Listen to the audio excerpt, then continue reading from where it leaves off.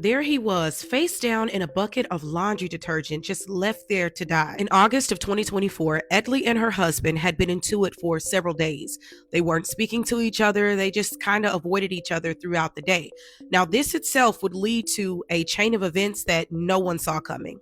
On August 10th, Edley would be in her bedroom watching a church service while she was holding her 3-month-old Jacob.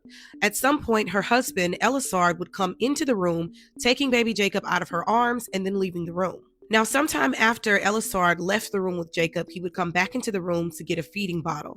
About 30 minutes later, after that, he would come back into the room again, only this time he was carrying a tire iron that he would viciously beat his wife with until she was almost unconscious. Now, Edley would be able to leave the room after she was attacked, and she would immediately begin looking for baby Jacob. And after she didn't see him or her husband, she would then drive herself to the hospital. Now, by the grace of God, she would be able to make it to the hospital, and it was revealed that she had several injuries, including a fractured skull. Due to the injuries that she sustained being a result of domestic violence, the police were called immediately. When they got to the hospital, they questioned Edley, and she informed them that she did not know where her 3-month-old son was, and she feared for his life.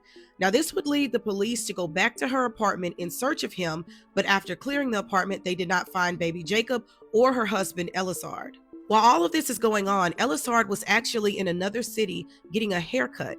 When police found him, they would question him about him attacking his wife, as well as the whereabouts of his son. Now, he would admit to attacking his wife and even claim that he hoped that she would have died during the attack.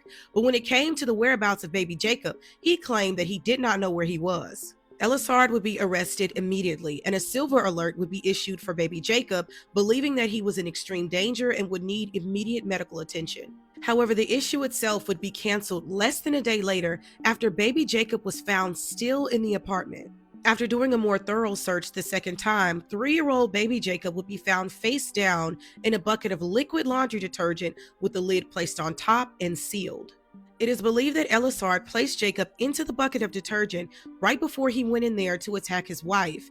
The autopsy revealed the cause of death as drowning after he swallowed 100 milliliters of detergent as he was dying. When Elisard was questioned about his reasonings for not only harming his wife but his son as well, he claimed that he wanted to teach Edley and all women a lesson. That lesson being that you can't disrespect a man. He claimed that he did not care about the consequences of his actions and that he could not live any longer without teaching his wife that lesson. Edley, his now ex-wife, is still recovering from the injuries that she sustained the day of the attack.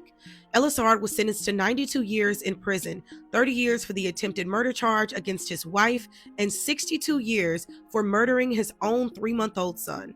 My condolences to the family of baby Jacob. May he rest in peace. Let me know your thoughts on this case, and as always, stay safe, and I'll see you in the next video.